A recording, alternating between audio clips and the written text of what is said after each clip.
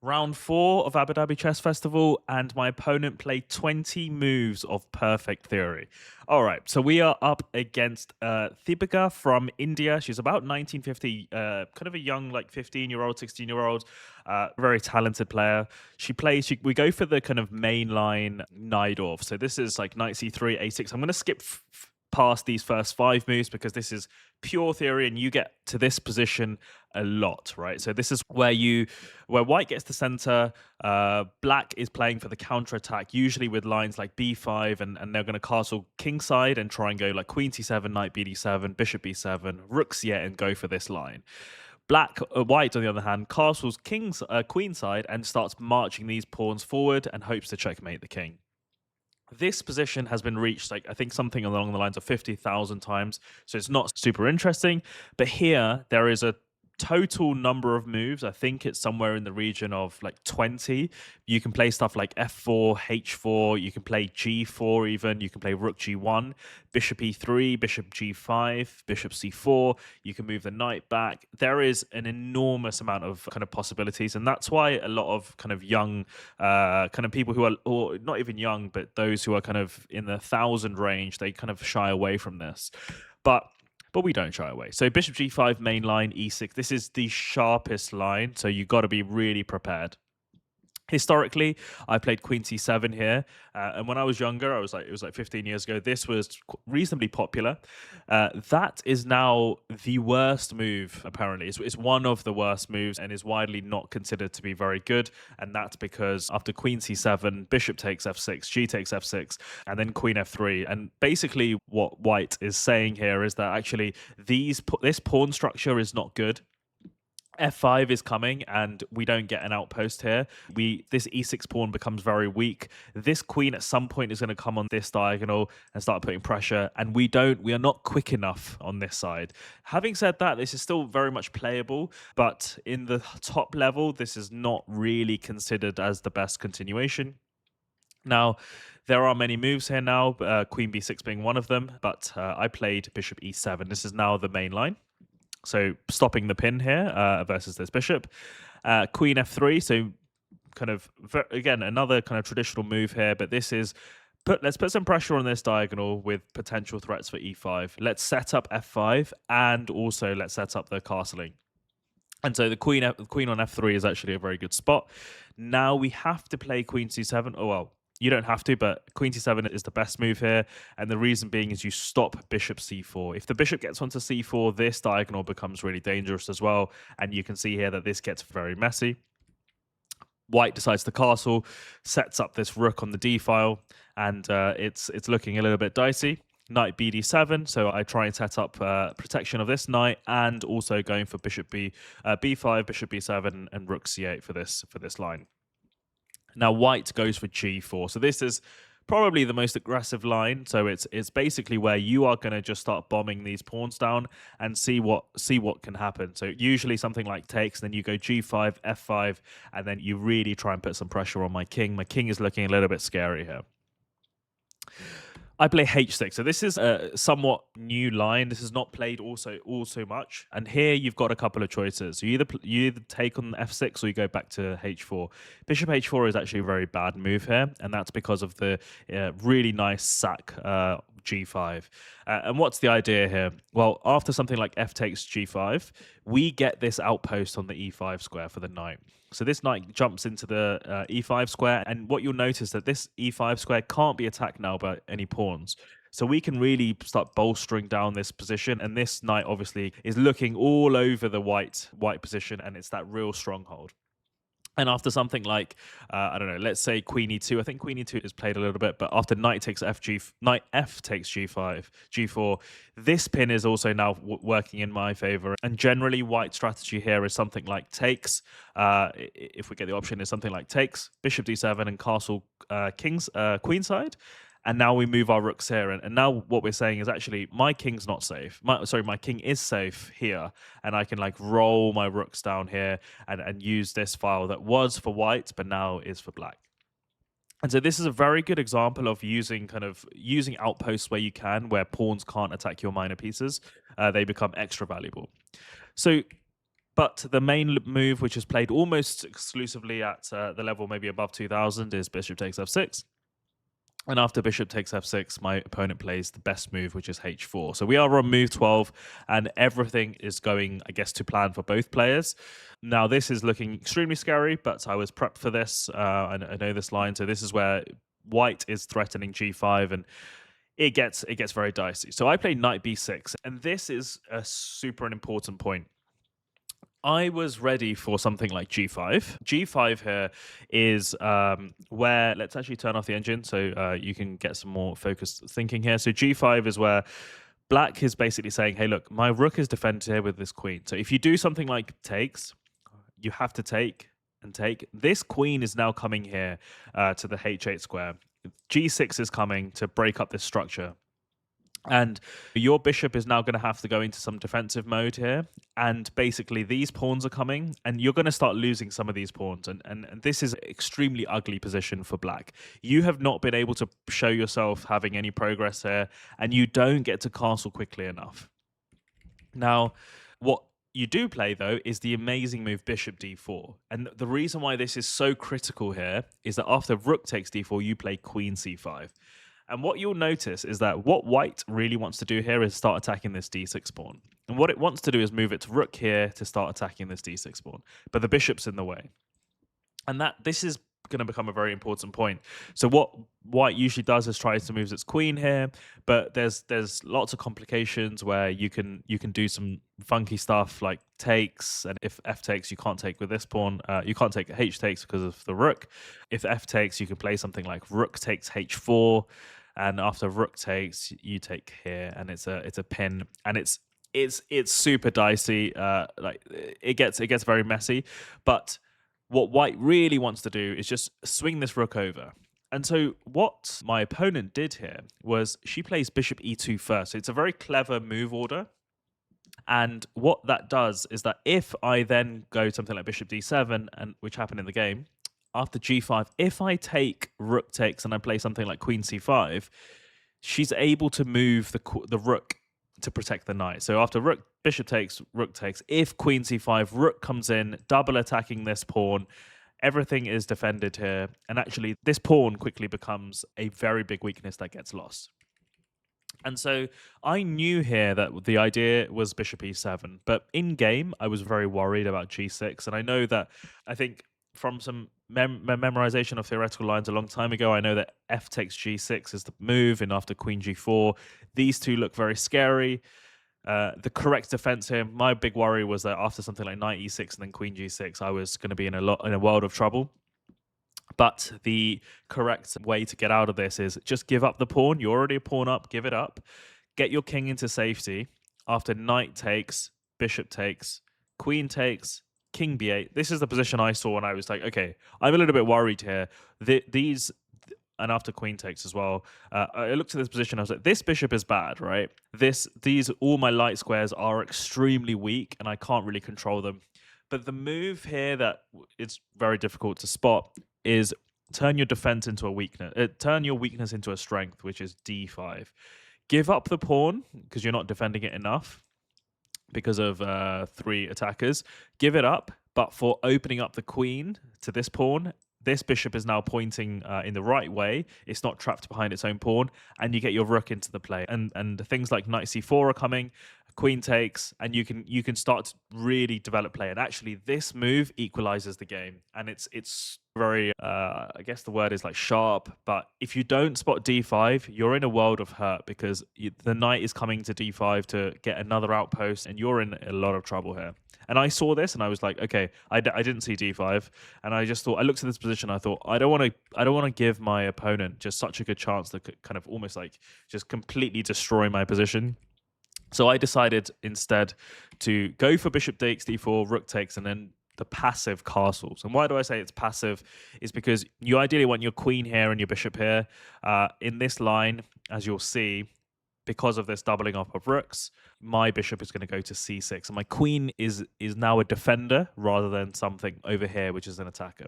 But I still felt here that, let me just move this here. I still felt here that I had a good shot at maybe equalizing.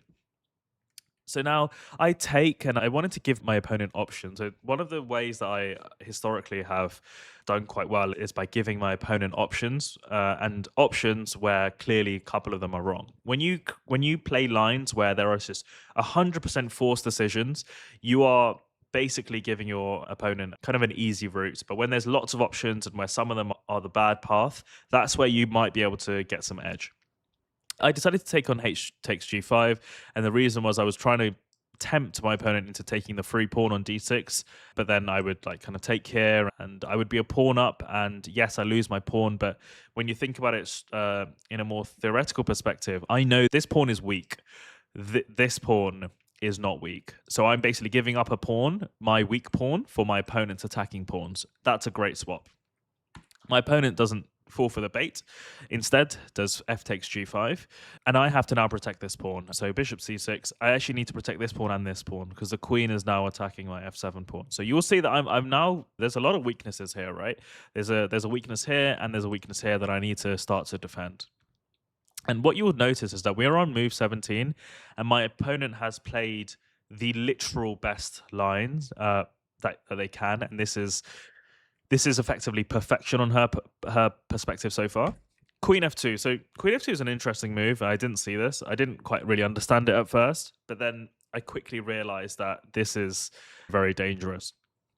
There's many ways that you can think about this. What the first way is it a simple protection of the h4 pawn? But then I was starting to look at this kind of discovered attack, and I saw rook b4, and this you've got to be really careful, right? Because if something like rook b4, my knight starts to run out of squares because I can't go here, I can't go here, and I can't go here. So I'm double attacked with this knight. I don't want to put my knight on the a8 square. It's like the worst square on the board. And I can't put it onto d7 square because queen takes f7. And so suddenly I realize, okay, this knight is becoming a liability. How do I survive? And I found the only move here, which is king b8. So very happy with this move, and the idea is let's open up a slot for my c8 for my knight on c8 and protect the d6 pawn, and then this frees up this rook to do maybe some other stuff. Maybe it's doubling up on this file, probably not, but at least it just frees up the rook and frees up the queen to be a bit more active. My opponent still went for rook b4, and I think this was probably a little bit of an oversight because after knight c8, one of the things that looks quite obvious is, hey, look, there's a pin. Let's try and take the free pawn. But this is very bad because of queen a5. And what you'll see here is I'm attacking rook and bishop, and you have to basically give up the bishop. And this is a big turnaround in the game. And this is you have to lose a piece, and maybe you get some compensation, but that's not the way you want to go from a reasonable advantage to a reasonable disadvantage. My opponent here plays rook f1, double attacking the pawn on f7. I play queen a5 first. So again, I wanted to start to bring some activity into my position, attack the rook. You can't take the pawn, and this line becomes really important. This c5 square is important. This e5 square is even more important. You'll notice that again, this e5 square is another outpost. Before we mentioned it for my knight, but even as for my queen, it's very important. Rook b3. Slight misstep. I think a3 is better. Rook b3 kind of gets your rook a little bit trapped, and you have to kind of start maneuvering knights to get your rook out. But here it's not so much. But rook b3, and you'll see that the position is largely equalized here. I defend the pawn, and now queen. And quickly I realized here that my opponent is still very much playing for the win. There's a lot of aggressiveness here. Queen f4 is really interesting because you're protecting this g5 pawn that I was attacking because you're setting up h5, h6. So I protect the rook. She's setting up for h5, h6, or h5, g6. And so I need to be really careful here. So I played a very cautious move, which is king a8. And I think it's probably not best, but it was a move to get out of this line, which opens up my queen to do whatever it wants. I think it's fine, but it's probably not the most active. My opponent starts going for it. And here I decided that I need to start creating some counterplay. Otherwise, I'm in some real trouble here. So I play queen c5. And my plan was I'm either going to go rook c7 and try to open up this line, or I'm going to go b5, b4. because I have to do something. If I do nothing, this is not going to work out. King b1, again, best move. So this is a very smart move, because what you're effectively allowing me to do, stopping me from doing, is that this e3 square, or this general diagonal, is important, because at some point I'm going to be able to do things like taking on this g5 pawn. I might be able to get my queen here, and they all come with the extra tempo of a check. And so you're avoiding that. So you're just getting rid of that line, and you're saying, hey, look, you don't have any immediate threats as black. Let me just take a pause and do this. So I decided to go for b5. This is actually a misstep. I think practical chances it might be quite good, but the best idea, I believe, was knight b6 and trying to activate this way or this way directly while keeping my king safe. I play b5 to try and start putting pressure on this this knight and go rook c7, and it's a lot more active. Knight d1, and here I play b4. So the idea here was that, and just to note, knight d1 was just a move again, open up the rook, stop this b4 pawn. But I don't think it's like necessarily clear cut how to win as white, but I go for b4. And the idea here is that I'm going to give up this pawn. I don't care about this pawn because I'm going to get a quick knight b6 and my rook's going to come in. And I'm basically saying I'm going to go out all out attack. I'm going to attack your king while you try and promote here. And what you'll notice is that actually bishop takes a6 is not even in the top 3 best moves. If you do something like bishop takes a6, this position goes completely wild, because now I've got the great move bishop a4, double attacking the rook, and if the rook moves, I get the pawn. And you'll notice that if the rook does move somewhere, if you want to keep the exchange, let's say you move your rook here, this is a completely winning game now, because I've got some checkmate tricks. But after bishop takes c2 check, king a1, and then I've got the move rook a7, and you'll see that this file now is really in my favor, and I've got all sorts of tricks coming to win the game here. Now, my opponent doesn't fall for this again, kind of continuously finding the best moves. She plays a3. Again, the best move on the board. I protect the pawn, takes, and now she plays the best move again, which is c3. And here, I've got not much choice here. I can take the pawn, but the issue with taking the pawn is that I allow the knight to get developed, and then suddenly my king is looking a little bit scary here without any defenders. I decide to go rook b7 to still try and create some attack on my opponent. After c takes, rook takes, I am now threatening this pawn, double attacking this pawn. So you've got to be a little bit careful as white. She takes, and I'm going to turn the engine off here because this is a very important point. I was setting up for a lot of tricks here. White knows that I'm attacking these pawns doubly, so it has to defend it. If you do something like queen f7, you'll notice that bishop takes e4, you're actually very close to getting checkmated here. If you play something like king a1, this is checkmate because all the squares are cut off. If you play something like, you can't block. If you play something like king c1, you'll notice that this square is where I need to go to checkmate. I've got a few options here. I can do something like knight b6 and then rook c8, and it's looking very scary. Or I can do something like queen b3 and start threatening the specific squares here. Or even queen c5, threatening this. Actually, I think there might even be a better win, which is queen c5, king d2.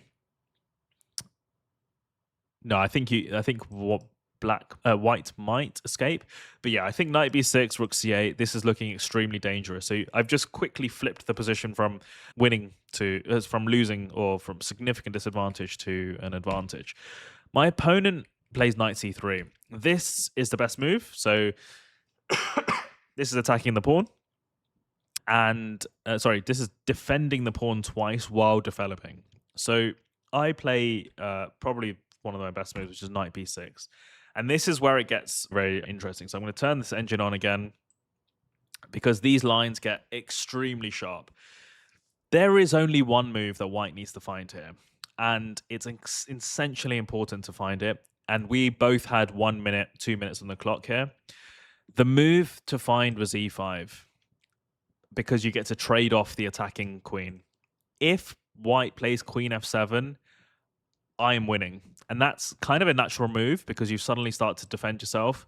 But I've got so many wins here, but after knight a4, I'm attacking one move to checkmate. you can do something like knight takes, but here I've got the move bishop takes e4. And suddenly my rook is already there, ready to attack. So after something like, remember, you can't go king a1 because of checkmate. So after king c1, I go rook c8. And it's completely over. There's all my pieces are coming in, and you can't stop it. If you there's only one square for the king. If you do something like king d1, it's it's actually mating for queen d4 check, and suddenly you'll notice the difference. My rook's going to come in if king goes here, and it's just completely over. And what happens after knight c3? Well, the same thing. I get to sack my rook, takes, queen takes, and you'll see here after king d1, bishop c2. Everything is covered. King c1. I think I can go bishop b3 here. These are covered. So if king is forced this way, check here, checkmate. And I've got only 2 pieces left on the board, but I end up winning here. And actually, I didn't see all of this, but what I did see was basically that knight a4 and my rook coming in and me not having any king issues was plenty, and I had lots of time to stop the white attack here. Or rather, I don't need to waste 3 moves. I've got mate in ones, basically.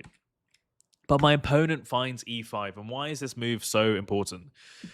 You force a trade of queens, effectively. Now, I was thinking of playing something like queen c5 and then going rook b8 and still going for the attack. But I felt like I didn't think I had enough. And the reason why was...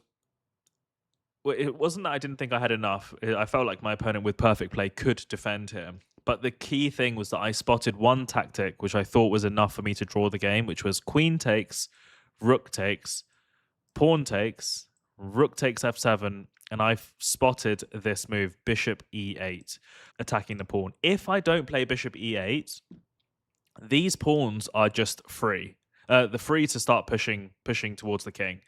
The king, it's actually a really uncomfortable position for me because these are double pawns. The king will just get itself into getting itself down here. This bishop and knight, they've got a nice outpost on this e4 square, so something like bishop d3, knight e4. I just can't progress, right? This pawn is gonna go, and then suddenly it's gonna be 2 passed pawns.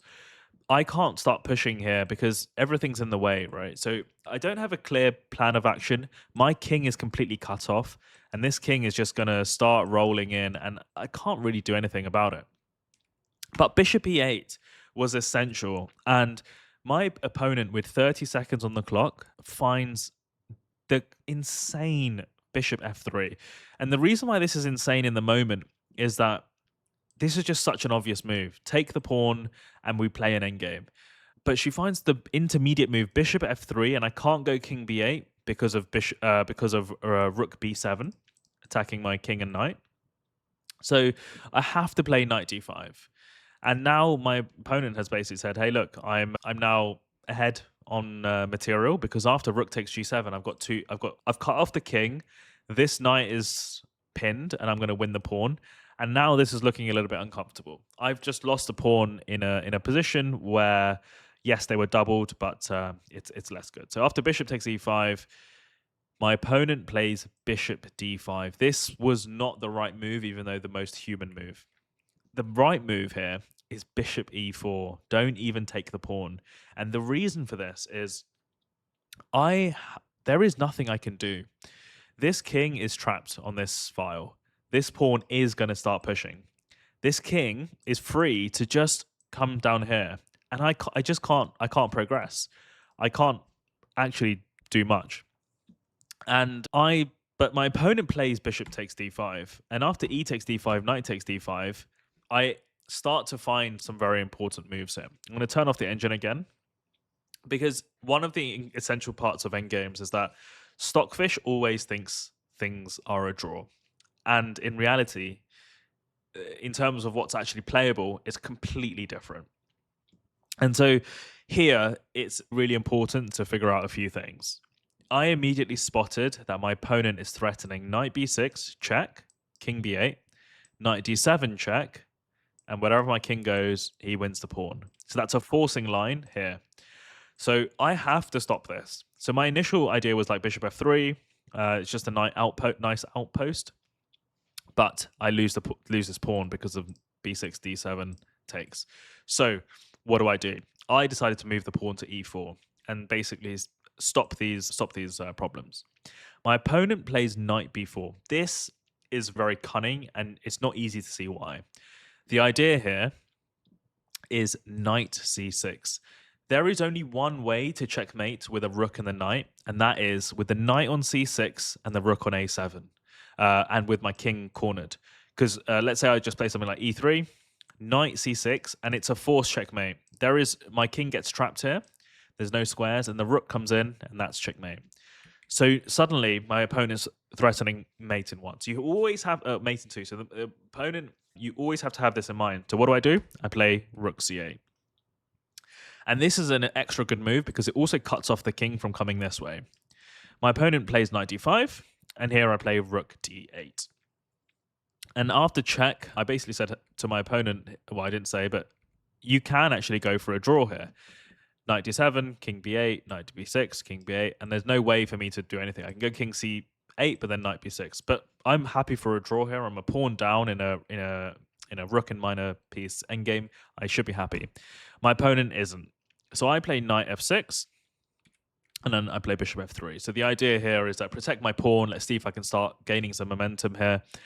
And after rook e7, trying to take this pawn, I play rook d1. So what you'll notice is that this knight is actually in incredible position because it's stopping any rook coming here and attacking the pawn. It's also stopping a rook coming here and attacking a pawn. So what's the third way to attack a pawn from behind? So I go rook d1 check. And after king a2, I play rook g1.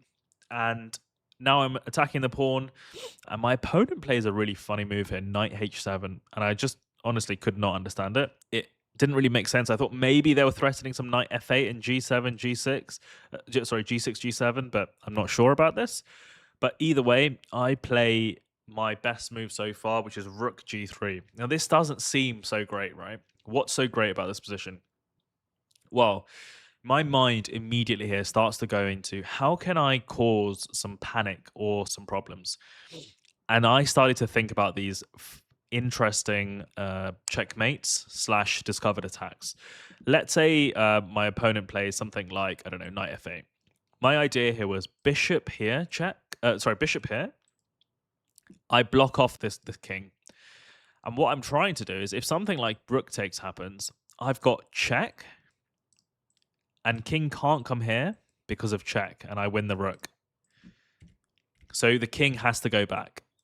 And here I've got a checkmate. So you start to realize that the king is actually a little bit vulnerable here. And so what I did was I said, okay, I'm going to play rook g3. I'm going to start setting up all of these traps. In time trouble, this is my only way to win. And I'm also hoping to get some e3 at some point when I move my bishop out of the way. So my opponent plays rook e8. This was a big mistake. I think there was some panic setting in, and it allowed me to get my king out of the corner. Check again, king's coming out.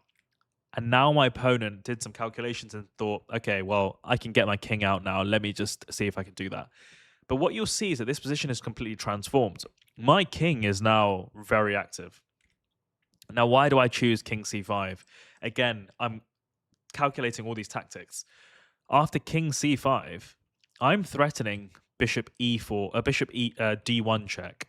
What does that do? I'm controlling these squares. I'm attacking the king on this file, and I'm controlling this square. If you go king d5 here, for example, you don't control the square and the king comes out. So I played king c5 with the idea that I can actually push the king back, then put my bishop here. And if, let's say, white plays here, I'm going to play check. You can't escape. The king goes back. I go check. If the king goes back, I just go back, and it's a draw. If the king goes to a1, it's checkmate. And so I was setting up a forced draw here. And so my opponent, again, pushes for b4. And I'm starting to think to myself here, am I going for a draw now, or am I trying to win this game? Because this king is looking a little bit unsafe. So I play king c4 again. Again, just threatening some sort of checkmates here, maybe win the pawn. Rook c7. So my opponent says, okay, well, let me just get you out of this line.